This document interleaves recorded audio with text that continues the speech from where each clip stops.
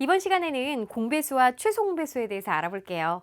자, 우리 친구들 배수라는 게 뭐냐면 하나의 자연수를 한 배, 두 배, 세 배, 네 배, 다섯 배 등등등 했을 때 이때 곱하는 소인수가 늘어나는 수입니다. 그러니까 한 배는 당연히 자기 자신일 거예요. 그죠? 거기다가 두 배, 세 배, 네 배, 다섯 배 끝없이 커질 거예요. 그럼 이때 12의 배수를 알아보려면 일단 12를 우리가 쪼개봤을 때 2의 제곱 곱하기 3이잖아요. 그쵸? 거기에서 두 배를 한다면 바로 2의 제곱이 2의 세제곱이 돼서 2의 세제곱 곱하기 3. 세 배는 2의 제곱에다가 3이 원래는 하나만 곱해졌는데 하나 더 곱해졌으니까 지수가 2가 될 거예요. 이런 식으로 이 배수들을 꼼꼼히 따져봤을 때 모두 이 배수 안에는 뭐가 있어요? 그렇죠. 2의 제곱 곱하기 3이 기본적으로 들어가 있을 겁니다. 그쵸? 그러니까 12의 배수를 우리가 따져줘야 되는데 2 곱하기 3의 뭐 5제곱 이렇게 되면 안 된다는 거예요. 왜냐하면 12 자체가 2의 제곱 곱하기 3이니까 2 2개, 3 1개는 필수로 들어가야 되는데 여긴 2 1개밖에 안 들어가 있죠. 그러니 얘는 12의 배수가 아닌 거죠. 그죠? 자, 그러면 우리가 이제 하나의 배수를 알아봤다면 2개 이상의 공통인 배수, 바로 공배수라고 합니다. 2개 이상의 자연수를 한 배, 두 배, 세 배, 네 배 했을 때 소인수의 곱이 같아지는 수를 말하는데요. 그 중에서는 우리 친구들 최대 공배수란 말 없잖아요. 그죠? 왜냐하면은 가장 큰 공배수 찾을 수가 없습니다. 그래서 가장 작은 공배수가 되게 중요한 의미를 갖는데요.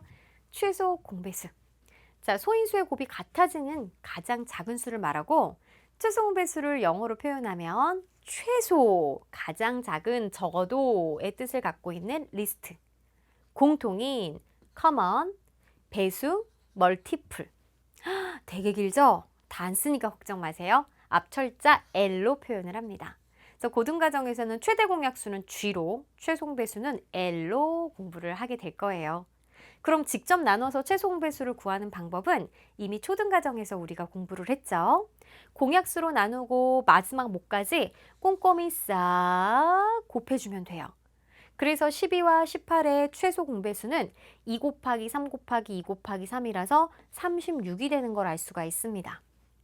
그럼 이제 소인수 분해를 통해서도 최소 공배수를 구할 수 있어야 되겠죠. 12와 18. 자, 이렇게 낱낱이 쪼개봤어요. 우리가 여기서 최대 공약수를 구할 때랑 또 비교를 하자면 공통인 소인수 중에 지수가 작은 걸 선택했습니다. 하지만 우리 최소 공배수잖아요. 배수잖아요. 계속 커진단 말이에요. 그렇기 때문에 지수가 큰 쪽을 선택해주면 되겠어요. 지금 보세요. 2 곱하기 3 곱하기 2 곱하기 3을 해야 될 때 2가 2개, 3이 2개 들어갔죠.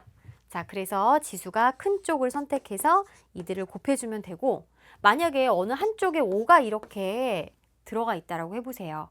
그러면 이 경우에는 우리 배수가 돼야 되잖아요. 그죠? 그렇기 때문에 5도 선택을 해줘야 됩니다. 자, 5도 선택을 해줘야 되는 거예요.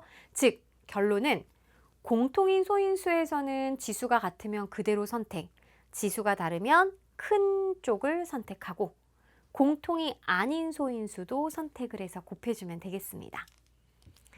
자, 그러면요. 최대 공약수, 최소 공배수는 두 수의 소인수로 만들어진다라는 것도 이제 알 수가 있는 거죠.